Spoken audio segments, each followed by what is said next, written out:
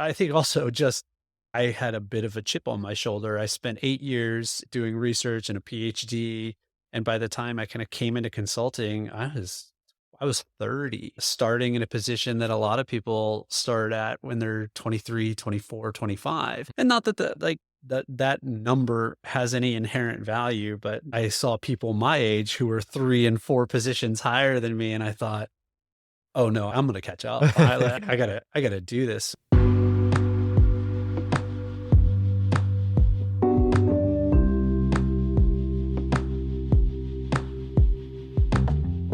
Today, I'm excited to share with you Aric Whittington's journey from earning his doctorate to pivoting into healthcare consulting.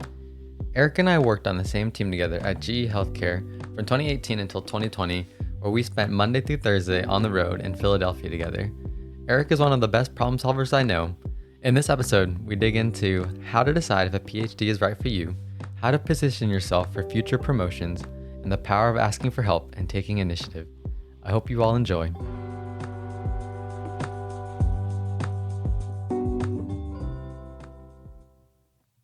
Hey, Aric. Hey. Good to have you here. And Thank you. You have been in Austin for a long time, right? Yeah, I guess 8 years now, which 8 is, years? yeah, wild to think about. Where were you born? Were you born here? I was born in Dallas. Oh, Yeah, okay. born in Dallas, grew up in Dallas till all through high school, and I'd never lived anywhere else, and very deliberately wanted to leave Dallas, leave Texas for college, and that's how I ended up in Ohio. Okay, that's right. So, did you play football there? In Ohio? Yeah. No, I was never good at football. I played rugby in college. Rugby, that's Yeah, what it was. Yeah. I played baseball growing up, and then I tried football, and just I didn't know the sport. Nobody ever really taught me the mechanics of it or the strategy, so I wasn't any good at it. And then went to college and tried rugby, and because it was a sport Americans aren't really familiar with, the orientation was there, and they taught you the game, taught you the strategy, and so I was just able to figure it out more easily and took to it. Yeah, so you tried rugby in college? You hadn't played before? No, never. So did you play for the team, or was it intramurals, or? It's a club sport, so Okay.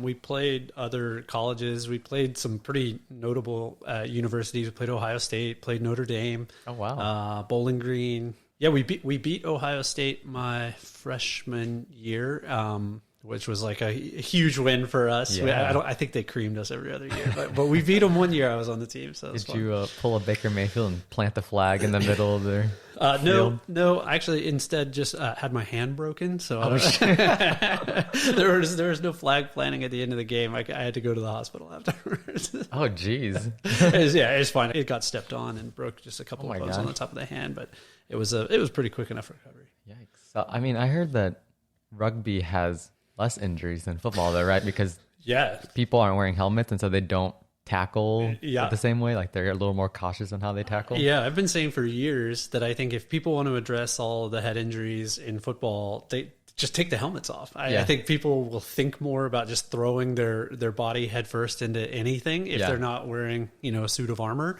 And actually, I heard somebody else may have been during a football game, like a commentator or something, talking about that as an idea that people are calling for kind of removing the pads. So I think it would work. Yeah, that's fascinating. Helmets are supposed to protect you, but they actually do more damage than you think they do. Yeah. It's just you get the sense of security in it, and you just decide to throw your body around like a car crash. But I mentioned the mechanics of the game when I started learning, and that was step number one. They said, if you've tackled anybody in a sport, it's probably football. Mm-hmm. Forget every part of that. Forget what you know about that. And so it was really just about, very specific about the form of the tackle and where to put your body and what part of your body to lead with. And basically that if you lead with your head, you're going to end up paralyzed. Yeah.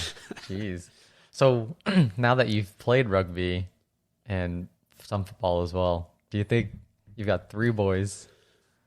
Do you think your boys you want them to play those sports, or do you want them to play different sports? Probably not football.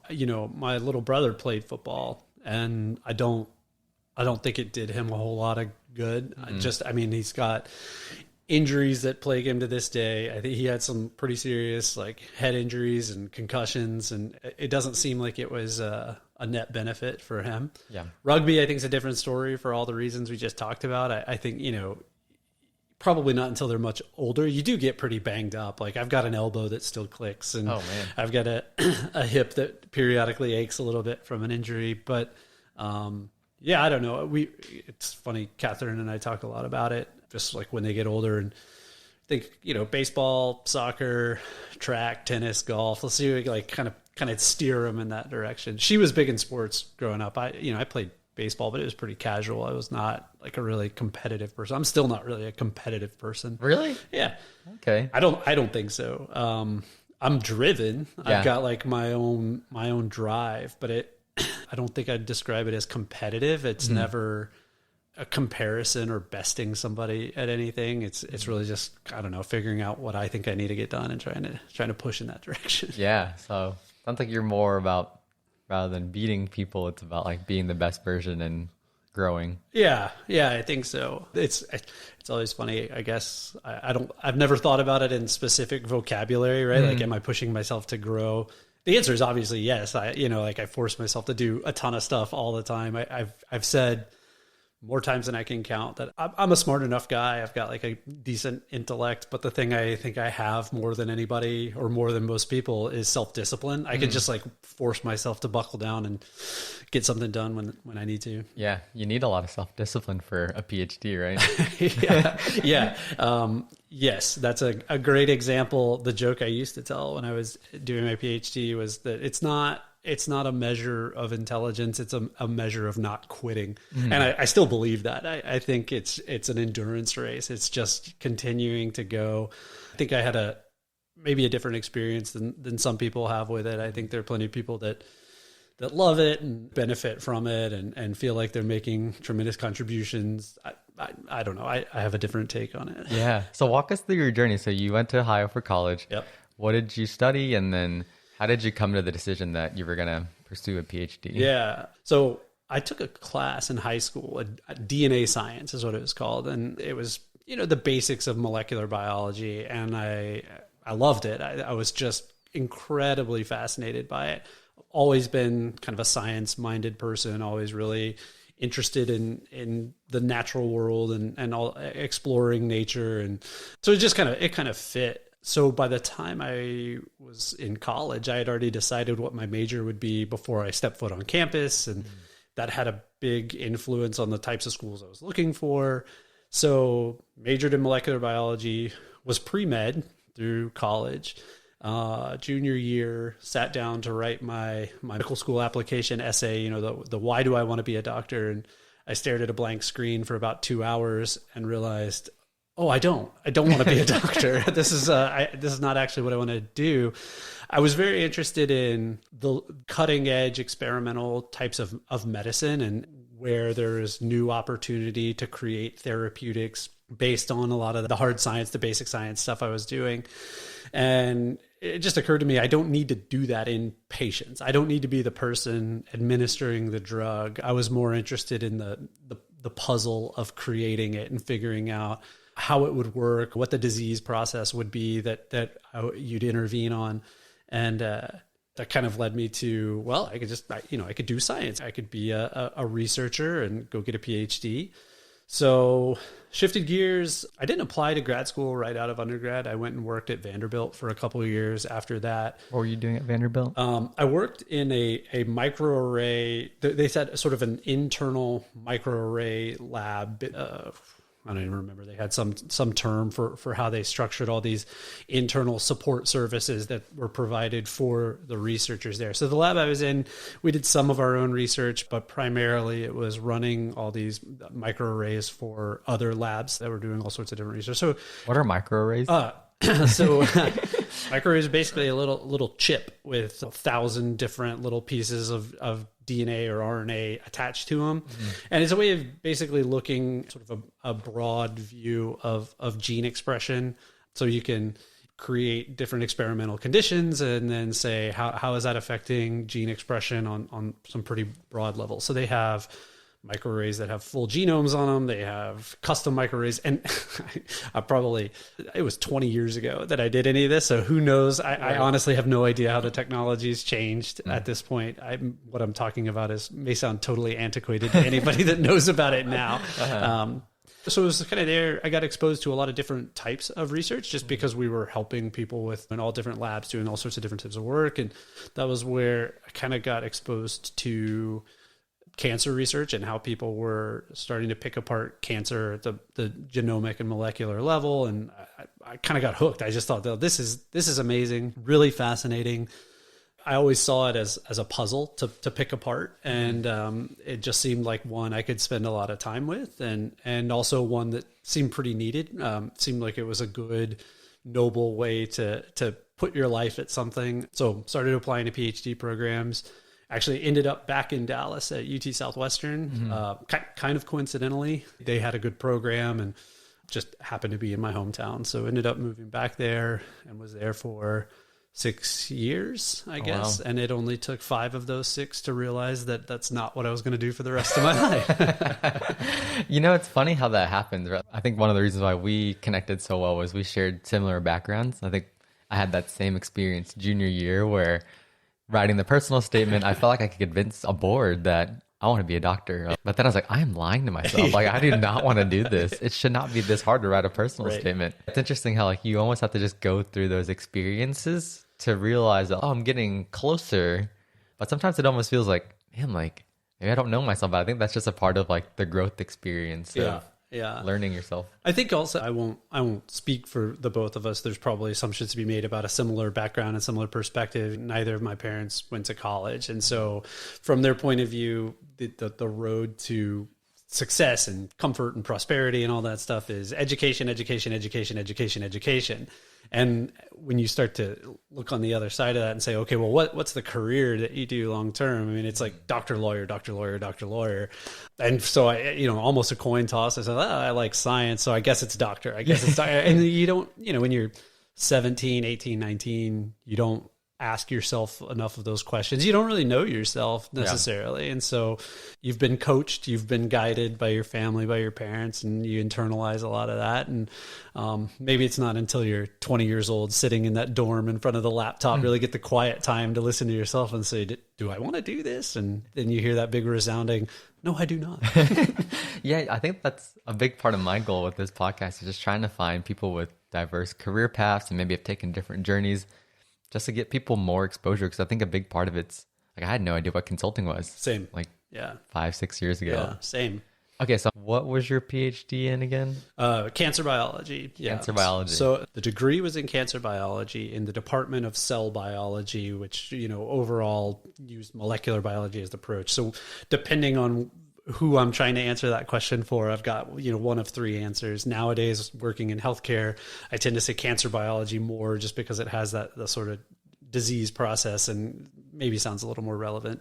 It's not relevant to what I do now, but sounds a little better. So what were some of the driving factors for you to get a PhD? You had shared some of the family parts of it that maybe drove you to keep learning, keep being educated. Bring us back to the time when you were deciding a PhD, or do I go you working and pursuing, your career at Vanderbilt? Or Yeah, I think your comment about not knowing that consulting existed 5 years ago, it was a similar phenomenon, but on a grander scale. I didn't know what a lot of options were, right? I mentioned that dichotomy of it's doctor or it's lawyer, it's doctor or it's lawyer, and I had sort of already committed to somewhat of a path, right, in science and in technology, and just didn't know what to do with that. I didn't know what careers were out there. I didn't know that you could take the same mental capabilities, the same sort of thinking, critical thinking and problem solving, and apply it to, anything, really. In a lot of ways, it was inertia, which is a bad way to spend your 20s, just letting inertia take you into a PhD program. I did love it. I really, like I said, infinitely fascinated by it. It was engaging and stimulating, on an intellectual basis every day. I think people say, if you're going to get a PhD in something, you got to make sure you really love it. Mm-hmm. And that's true. But I also think that it's the best way to learn to hate that thing that you really love. And I think about that a lot. There's plenty of advice about do what you love and you never work a day in your life. And there's probably plenty of that's true. I also think if you make a career out of something you love, or you turn something you love into a job, I guess I should say, there's plenty of opportunity to undercut it and make it just no fun anymore. Right. The difference now in what I do is it's not, I wouldn't say in my personal life, oh, I love consulting and I get to do it every day. It's a career, and it's one that provides me a lot of opportunity to interact with people, which I love to do, solve problems, which I love to do, structure critical thinking and kind of approach things in an organized and analytical way, which is sort of my natural inclination. So for me, it's more that it brings elements of things I love in a career path that works for me. If I just purely do what I love, I mean, it's like, I don't know, go to the woods and have a beer or something. Yeah. That's what I love to do, but it doesn't pay well, I don't think. Right. Yeah, there's definitely this balance of finding work that's engaging and that's enjoyable. And then there's a lot of things that people are passionate about where it's not realistic to turn into a career. Yeah. And I think for me, the grounding philosophy is I'll have a career that allows me to do things that I love, and that works really well. Now, like I kind of joke that I love to be out in the woods, but that's true. That is my happy place, outdoors.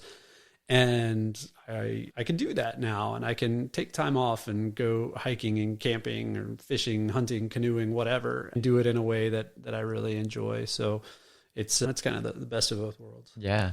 So for people who are evaluating a PhD and if they want to do it or not, what are some things that they should consider or ask themselves before maybe committing 6 years to pursuing that? Yeah, that's an interesting question. I mean, try not to sound jaded or cynical in the answer. I think that comment about making sure that you really love whatever it is you're going to go study, those are table stakes. You really better feel passionate about it and engaged in it in a way that you can eat, breathe, sleep it all day, every day. That process doesn't leave a whole lot of room in your life for a lot else. And that's not to say that it couldn't or it shouldn't, but it's just that, it's a pretty big commitment. So first you better make sure that you're really like braced for that. And I think the second question is asking, and I don't know that I asked myself this, do you really need to do this? You can love all this stuff. You can love molecular biology. You can love medieval literature, and you can access that stuff on your own as much as time allows and as much as your interest sort of wants you to. The PhD part of it is there something you're pointing at that will require you to have that in order to do it? If you want to be a college professor, the answer is yes. If you want to go work in a lot of biotech firms, depending on the role, the answer is yes. I think what I realized is I don't need to have this. I don't need to do this. I was already far enough in that I finished it because it would have felt like a waste otherwise. But I knew the answer to that by the time I was sort of making a decision about a career change, that this just it's not critical to what I hope to get out of life. Mm-hmm. That's interesting, right? Like, oftentimes thinking about pursuing an additional degree and weighing that, since you've gone through education your whole life leading up to, and maybe a lot of people don't haven't experienced work and what that's like yet, it's almost easier to take the route of, let me continue pursuing education because you're not quite sure, but that feels a little more certain. But I think the question of, will this help me get to my next goal? Right. Does this make sense? I think that's a good framing for that. I think that's how I thought about the MBA as well that I did at Baylor. Since I didn't go down the pre-med route, I had a psychology degree, which is pretty limiting in what you can do unless you go get a master's or a PhD in it. Pursuing a graduate degree helped unlock many, many more doors and opportunities. Yeah. Yeah. Well, and I think the type of degree makes a difference too. The college I went to was a small liberal arts school. Basically, if not explicitly, certainly in tone, just perpetuating education for education's sake. And there's, I don't want to knock on that too hard, but I can't recall any career counseling. I can't recall any discussion about, a business degree was almost like a dirty word, Hmm. honestly. And so it was med school, law school, Ph.D. programs, or like nonprofit work. I feel like a lot of people left and did that kind of stuff. It seemed like, well, that's what we're doing, right? Hmm. It's if it's continuing education, and I went right into more academic work and academia for 8 years after I finished college. So you did 8 years of education. Uh, 4 years of undergrad, went to work at Vanderbilt for 2 years, and then 6 years in a PhD program, and then immediately enrolled in a master's program immediately afterward, which You took did a 2 years. master's after the PhD? Yeah, that's when I did my master's in healthcare administration. Okay, so how did you go from PhD and healthcare administration after that? Yeah, so knew I didn't want to work in a lab. I'd kind of already figured out that research is not where my career is going to go. And at the time, my stepdad and a business partner were opening a couple of small psych hospitals in rural East Texas. I guess they had started that probably 2 years before I finished my PhD. And eventually there was a role opening up, and they said, well, why don't you just come work for us? Try this out, see if it's something you want to do. There's also this master's program you could think about, blah, blah, blah. So applied to this master's in healthcare administration at UT Tyler out in Tyler, Texas. I moved to Longview, Texas to help work in these hospitals, and it was a small company startup. I did whatever job was Hmm. needed. Like there was no real role description. It was just some days helping with people figuring out like facilities stuff or stuff in the kitchen, other days doing compliance documentation, other days doing revenue cycle analytics. I mean, just whatever was needed. So in a way, it was a cool crash course into what are the functions in healthcare operations.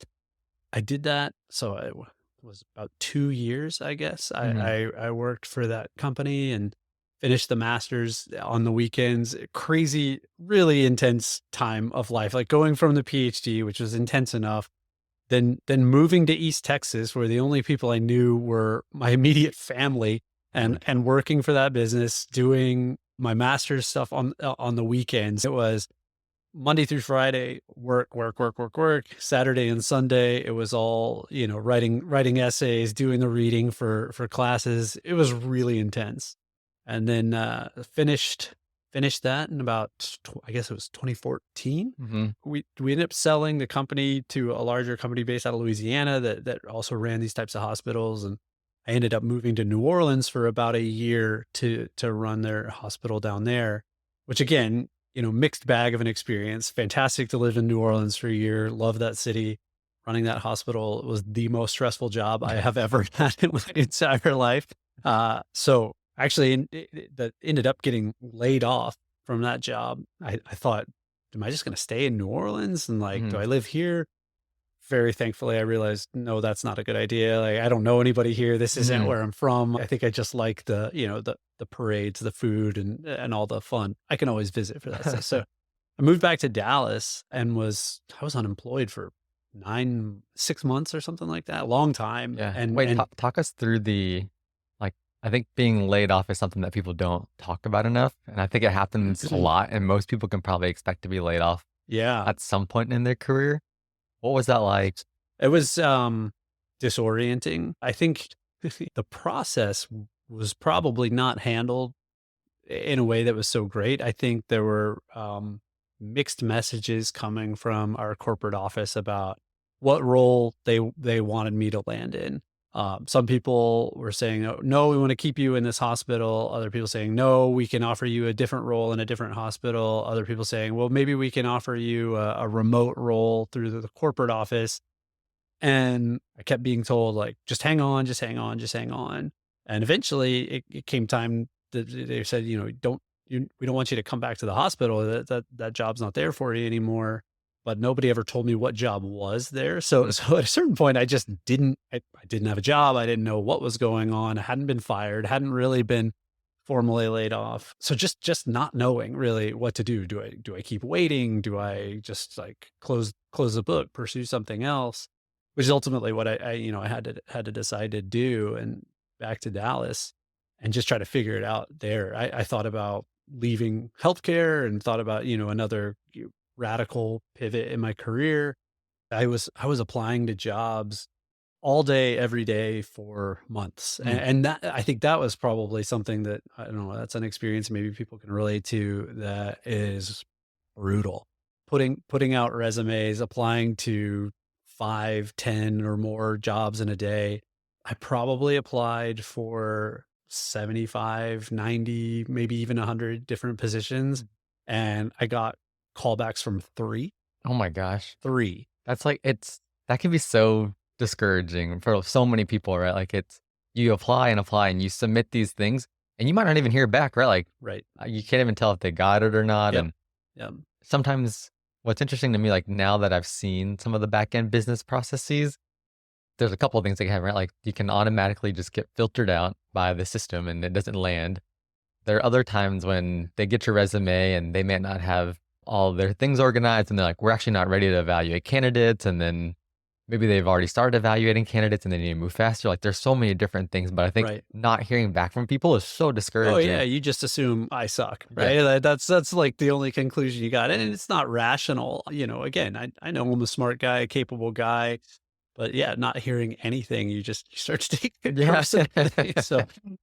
Yeah, so I mean that was a very challenging period to just sort of have things feel upended, to feel like I wasn't gaining traction with anything else. I started to worry about what was on my resume, and I thought, like, obviously there's something here that's just not catching people's attention, or not telling a story, or not selling me in a way that I need to sort of get through that first part of the process.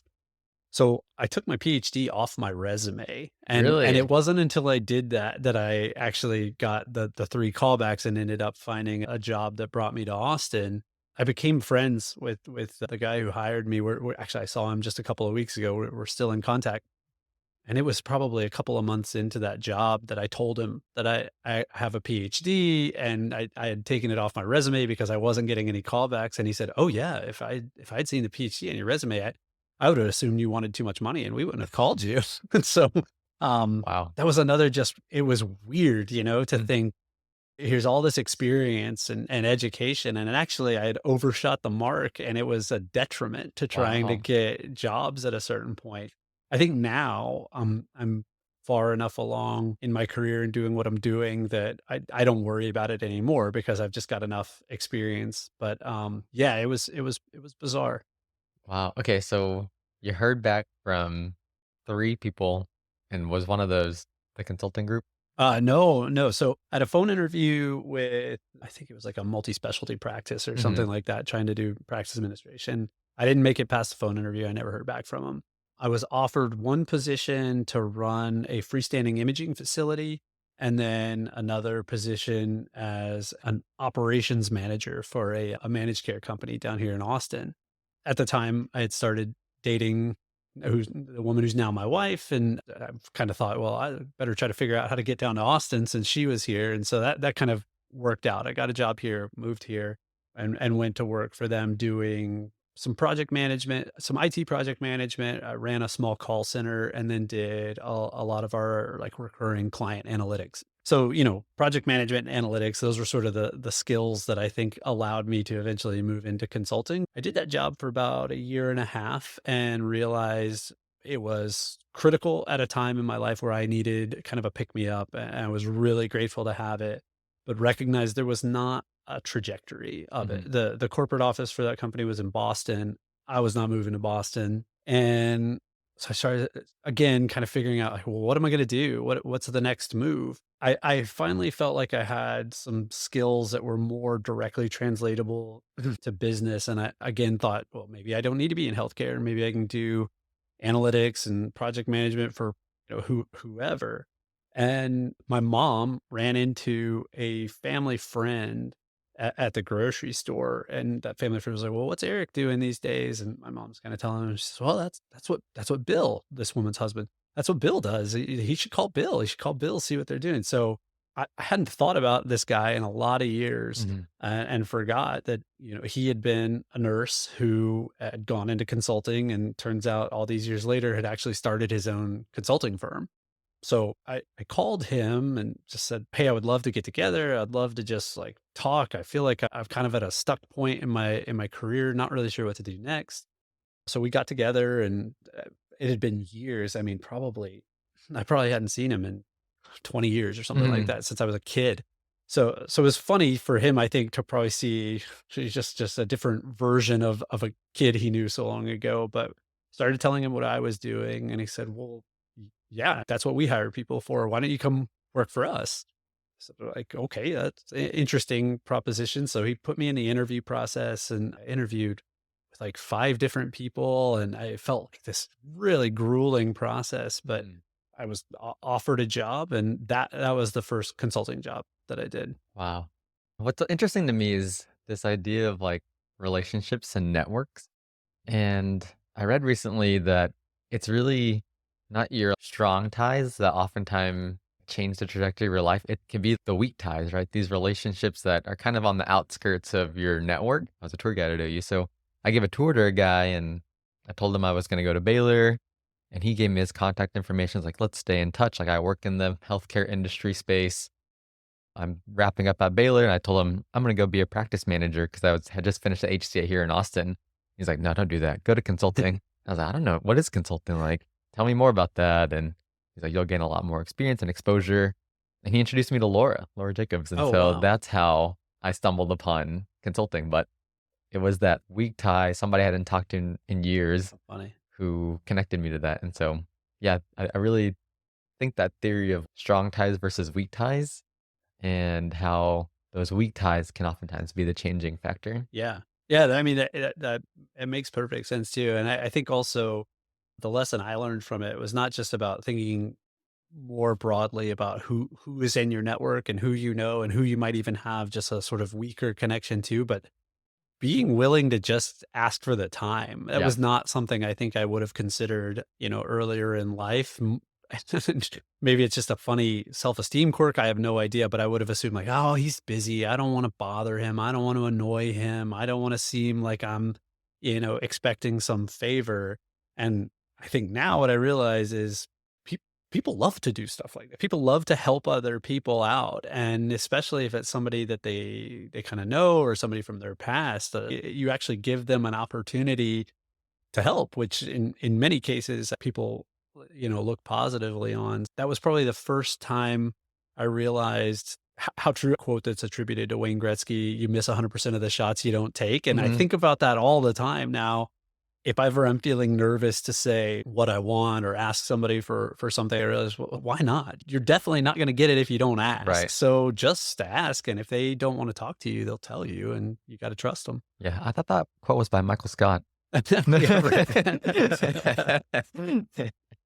Yeah, taking the initiative to do that, it can be a little scary, but I think a lot of that in life is being able to take initiative, step out of your comfort zone, ask for help. For me, now that I've seen the impact that somebody who takes the time out to help you, I love getting to like help people I can help make a job introduction or connect you to somebody else who could help you get into a role that you love.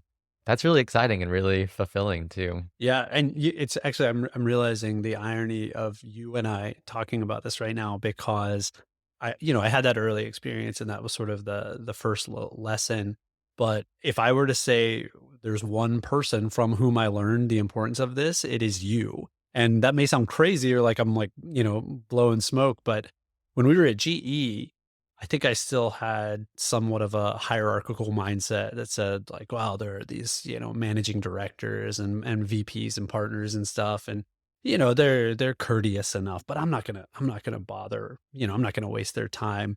And then I would see you just asking, "Hey, you want to go to lunch?" And they're like, "Yeah, sure, that sounds great." And I thought, "Holy crap, we can do that!" so, so I thought, well, yeah, why not? Me too. I'll just, if John's doing this stuff, I can certainly ask these people and benefit from it tremendously, right? Mhm. I think you're aware probably a pretty substantial turning point in my career in consulting was when we were in Philadelphia, and I asked Brandon to go to breakfast, and at that breakfast, I said, "Hey." I know Shivani's going out on leave. I want to run this team. I want to run Mhm. this project while she's gone. And it was honestly kind of a crazy thing to ask. But again, like you don't ask, they're never going to say yes.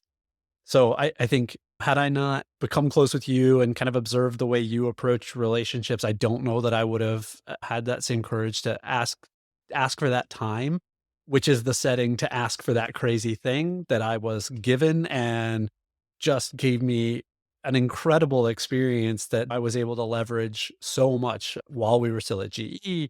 And now that I've gone on to other firms, I mean, I really see that as a pretty key point. And I think it has its roots in a lot of what I learned from you. Oh, So thank wow. you. That's really kind of you, Eric. I appreciate that. And I guess I've always thought that to progress and become a leader, you have to become trusted, right? People can rely on you. And not all leaders are like that. Some leaders, they don't have time for you. But I think I've been very fortunate where you shoot enough shots on goal, you're going to land one or two of Right. them, and you're going to meet some really Yeah. kind, generous people who they have a million things that they could work on, and they're going to take the time out for me. Yeah. And there's this, it's a cycle of just giving back. And as I want to continue to progress in my career and my leadership, I always want to make time for people who, Same. Yeah. who are looking for those opportunities. And if I can pass on a piece of knowledge or help them, Yep. that, that's a big blessing, I guess. Yeah. Yeah. I totally agree. And I think I've internalized it the same way and find myself these days trying to carve out time just to check in with other people and Hmm. say,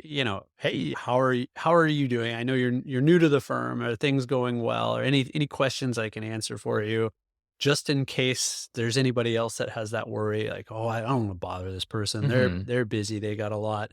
I want people to know you should bother me, right? It will help you, and then we'll all grow, and you'll be stronger. It'll make all of us better. So yeah, maybe taking it one step further and just like spending my own time Hmm. to reach out. Yeah. The most impactful people in my life have been those that are the most available because they're there to support you. And so, yeah, making yourself available and even being proactive like you can really make a difference. Yeah. Yeah. For those who don't know what consulting is, what is life like in consulting? How has that changed? I know that we sort of lived it for 2 years in Philadelphia, but share with Yeah. those who maybe don't have any exposure to consulting. I think the answer to that question has changed in the last couple of years. I mean, everything has post COVID, but when I started consulting, I was an associate consultant for a small firm that was pretty specialized in what they did. It was, let's see, what's the right word? Grueling is the right word. It was really tough. We were doing a longer term engagement with a client in Seattle, so it was every Monday morning up well before dawn, head to the airport, get on a plane, fly to Seattle. They were pretty insistent that we get there as early as possible on Monday. So I hit the ground at probably about 12:30, 1 p.m. Pacific time, work until 6 o'clock, which is like 8 o'clock my body's time. So I've been awake from like 3:30 in the morning and getting off work at about 8 o'clock. And then, do that for a couple of days, then get back on the plane and head home, and wasn't getting home till probably, I don't know, 12:30, 1 a.m. on Thursdays. I did that for 18 months, Oh my and gosh. it was pretty hard. I wouldn't be doing this if that were still, the expectation. I've got 3 kids now, and I would not be away from home that much. But yeah, when you and I met at GE, we were still traveling every week. We were in Philadelphia. So the lifestyle was tougher, I think, than it is now. I think COVID was a great experiment for our business and for a lot of other businesses, just about what we can do in person versus what we have to do in person versus what we can do virtually. And so now, I work from home more often than not, and it has greatly prolonged, my tenure as a consultant. In terms of the work, I think that for me personally has changed a lot too. When I started, I was, pretty low on the ranking, and it was very task oriented. It was people saying, hey, run this analysis, or hey, do this data crunching, or hey, I don't know whatever other example. I didn't love that. Hmm. There's not a lot of room for creativity and not a lot of room for visioning. And now I think I'm in a place where I get to do a lot more of that, where it's digging in with the clients we work with and trying to understand what problem we're solving for, which I think sounds simple enough, but there's a almost great detective work you get to do with Mhm. them to say, okay, well, what do you think your problem is? Why do you think that's your problem? What do you know about this problem? And then get to help kind of figure out what the gaps are and say, do I agree that's your problem? Do we have data that support that? Do we have data that indicate a solution? And then you kind of lay the groundwork for a vision, and then you go about all the tactical stuff, putting it in place. So Yeah. So there's a lot I can branch out into, but let me start with you talked about early on in consulting, you had to do work that you didn't enjoy and it was more manual, not a lot of room for creativity. My last podcast episode, I just finished a book called So Good They Can't Ignore You. is it And Steve Martin? Cal Newport. Oh, I think Steve Martin used to say that too about his own comedy career. Anyway, I'm derailing Yeah, yeah, us, no, but no, no, no. Yeah, I'm sure because, and maybe there'll be similar threads, but what reminded me of that is in the book, Cal Newport talks about how you have to develop career capital, and you develop career capital through deliberate practice, getting better. And as you develop career capital, there's almost this like supply and demand, right? Like jobs that are valuable are rare. So naturally, right? Like if something's valuable and rare, and there's a lot of people that are trying to get those types of role, you have to be able to offer something valuable and rare in return. And so he shares this idea of developing career capital by practicing and honing different skills and then being able to cash that in. So something that I find really interesting about you and your journey is that I've never seen somebody rocket in their career so quickly. You have had, I think it's 4 promotions now in 4 years. I think it's 4 and 5 years now, but I mean, that's amazing. Like most people, they go through promotion maybe every 2, maybe 3 years. And you've done this with multiple organizations. And I think you have stored up and created so much career capital over the years that you're getting a chance to start to cash these in year after year.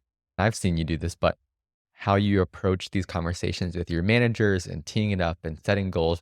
Could you share more about what are some ways that people can, I guess, fend for themselves and set themselves up for success to get these types to continue progressing in their career? yeah, I think some of it has to do with part of our earlier conversation about a people for the most part wanting to help and wanting to help you grow, and B, if you don't ask for something, people might not know you want it. Hmm. I don't know.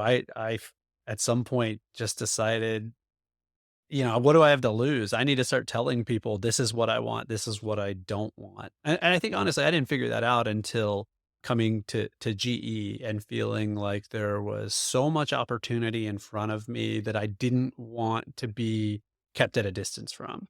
So I just started telling people, like, I want to do this. I want to do this. I don't want to do that. Don't make me do that. I won't do this. I will do this. Let me do this. Let me do. And I think, make sure to balance the I don't wants with the I do wants, and the I won'ts with the I'd love tos. Cause I don't want to be seen as rigid. It's, stay a team player, understand that there's a goal that everybody has to work towards. And sometimes you're going to have to do stuff you don't really want to do.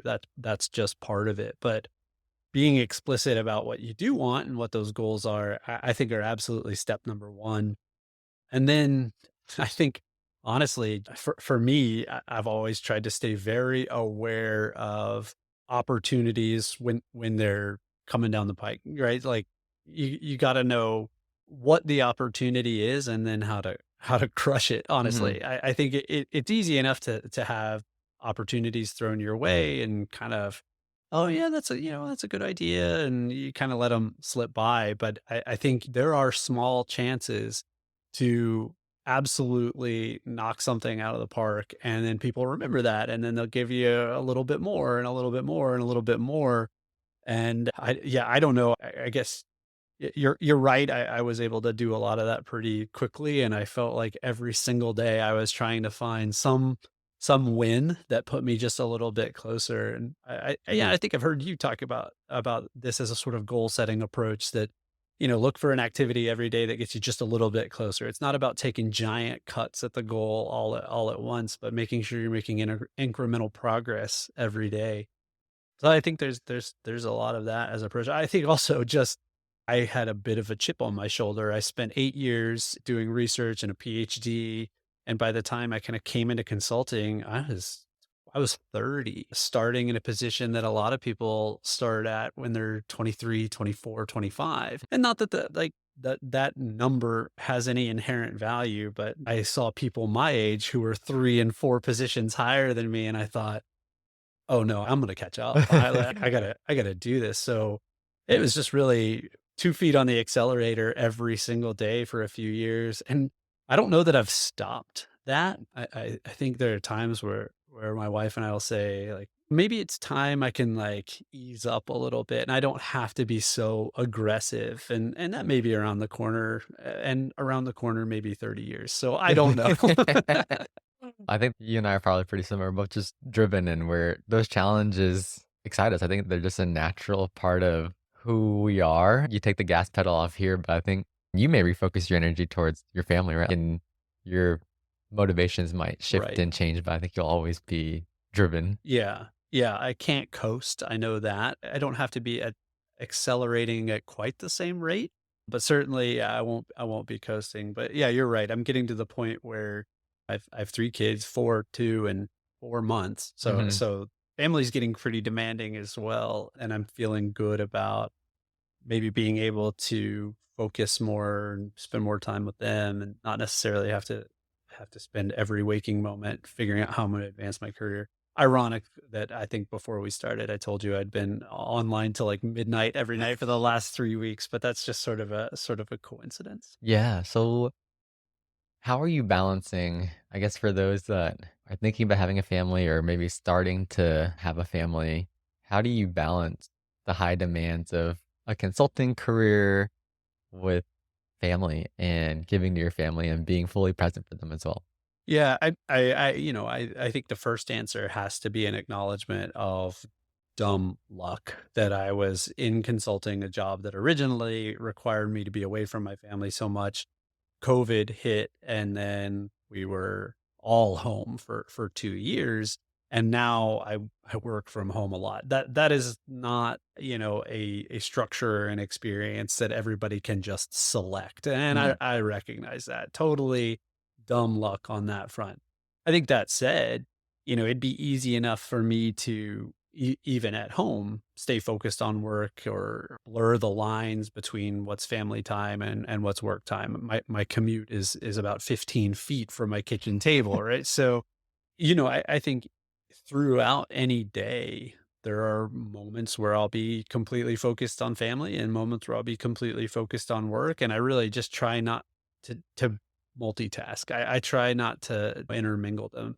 And sometimes that even means, like, it's 11:30. If I don't have a meeting, I'll go in the house and make lunch for the kids and maybe sit with them while they start their lunch and then go back to work. Or sometimes it's the other way around. Sometimes I have to dash after dinner and go back to the office and finish some stuff up until pretty late at night. But the one structure I've been protective of is I will just make sure that from about 5 o'clock to 7 o'clock, it's pretty easy for me anyway to unplug and say, I'm gonna go be with my kids. And part of that is realizing this is a temporary phase, one day they're gonna be gone. They're not gonna mhm. be in my house. And honestly, even every year, they're more independent and they're growing and they're different. And so just little things where if I can find the opportunity to go plug in with them and it's not gonna impact me being able to do my work, then do it. Yeah. Kelly and I both work from home too, and the lines blur, right? Like it's so easy to jump back to work. You're not commuting, and so there's not really this reset. I love that you block off 5 to 7, like that's family time, because to some extent, there's always going to be more work that you could do Right. or could potentially work on or try to get ahead of. Yeah. And I'd rather go back to the office from 9 o'clock to 11 o'clock when they're already asleep and do work than miss them Hmm. altogether. You know what I mean? So I think looking at each day across whatever 18-hour period you're awake for it and just kind of figuring out which pieces you want to devote to what. And that again, that is a huge luxury Hmm. that I get. My work is flexible. My office is at home and I can dip in and out. Yeah, I love that for you because I remember when we were at GE, we had talked about the sustainability of consulting and how typically, I believe a consulting tenure was maybe 2 to 4 years max. Yep. I think anything beyond 4 years was pretty rare and pretty slim to see people have that long of a career in consulting because it is just so taxing Yep. that you're gone Monday through Thursday. I mean, I was spending more time with you than Kelly, and I Yeah. think you were spending more time with Yeah. me than your wife For sure. for, Yeah. for pretty much 2 years. Certainly more meals together. Yeah. That's for sure. And then there were often times that we would be on site at a client site where there was no reason for Yeah. us to be on Right. site. Right. And so now that people were forced to operate remotely, I think people have realized that, no, we don't need you on site. Yeah. It costs us a lot more money actually. And if you can do the same thing at home, stay home, right? Like come for the big things that we need to collaborate on and be in person for, but don't just come on site for the sake of coming on site. And so I love that consulting now just feels like people can have a full career there. To me, it always felt like a temporary learning zone, but then you sort of launch into your next thing. But now it feels like it could be something that you could do for a long time. Yeah, I 100% agree. And my wife and I had the agreement that it was 5 years. I was going to give it 5 years and that we would reevaluate at the 5 year mark. Now I'm, I guess, heading towards seven Hmm. years. That 5 years was just right when COVID hit. So we kind of didn't have to have that big conversation. But yeah, you're right. I wouldn't be doing this if it required that time away from my family. That's just not what it's for. My career is, like I said earlier, it's about kind of helping me to find the things in my life that I love and be able to do them in the way that I want. And I want a career that is engaging and stimulating and has meaning and feels meaningful, but it is not the meaning. Hmm. And I think I'm able to do that right now.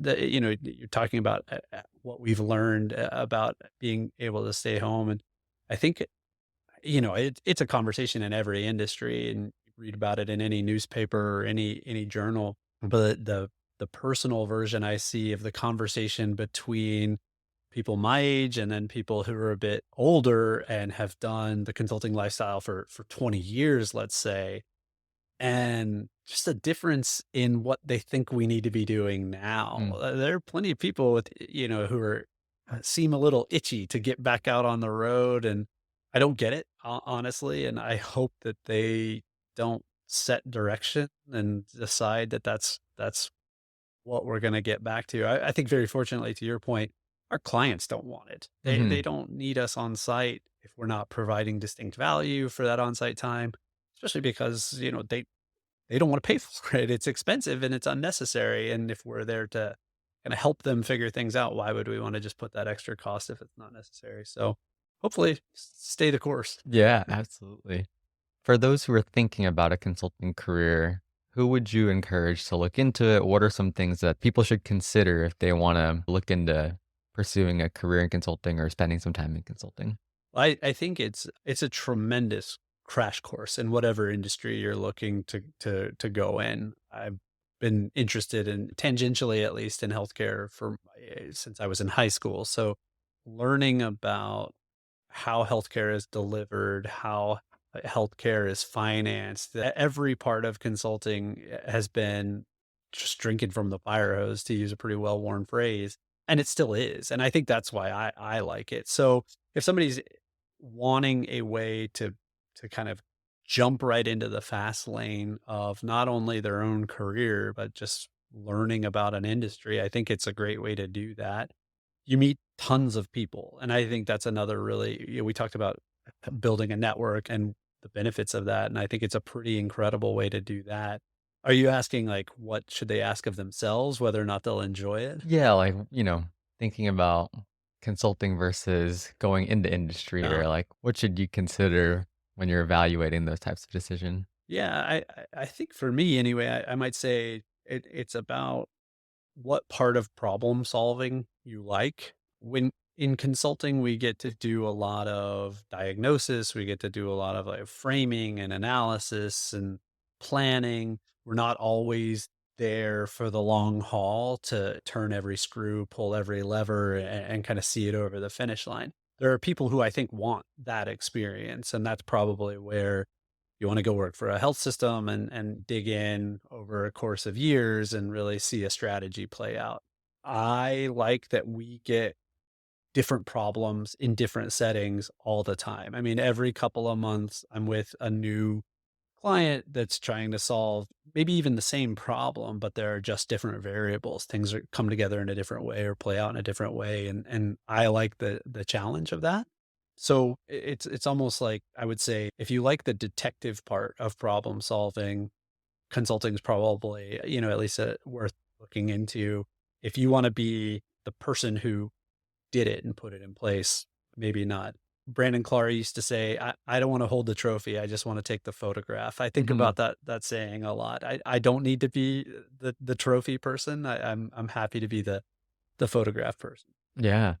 And I also think I'm biased because after grad school, I went straight to consulting, but just the sheer amount of exposure that you get so quickly, especially if you're early on in your career, if you're not quite sure what you want to do, but maybe you want to be in the healthcare industry or a different industry, consulting can plug you in, especially a firm that is well plugged in, has a robust pipeline of projects and work. Yep, You can get so much exposure so quickly.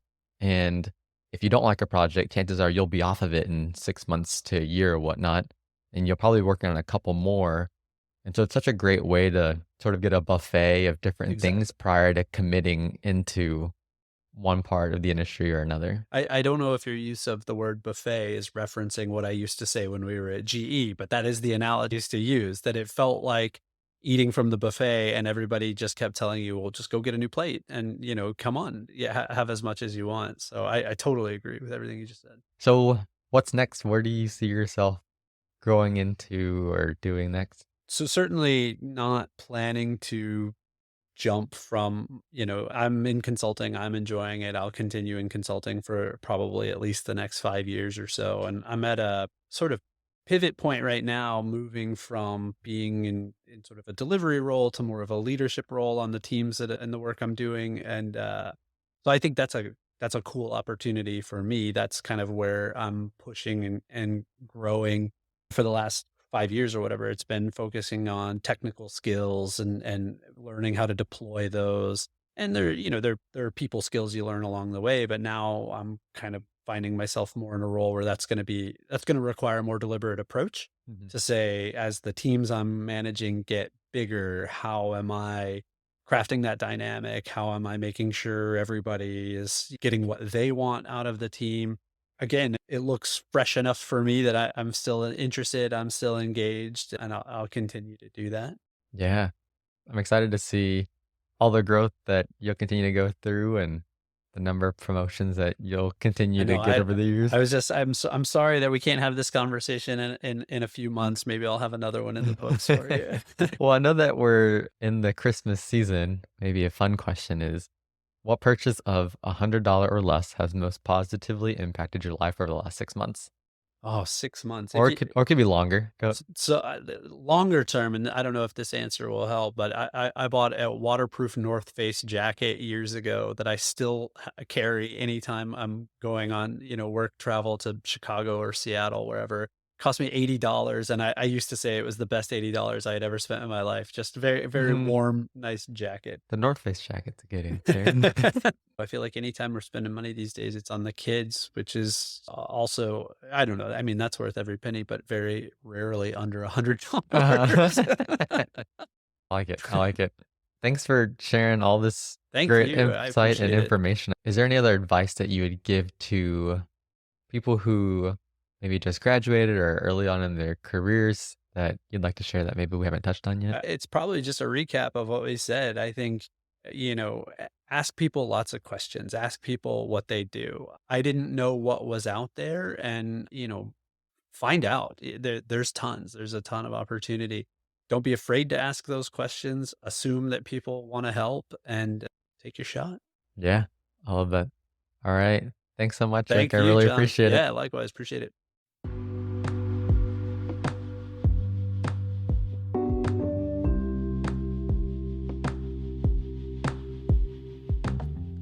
Well, that wraps up another episode.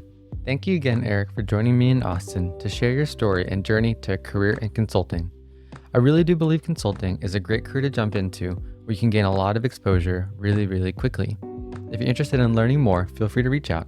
I'd be happy to connect you to Aric and others to help you get a foot in the door.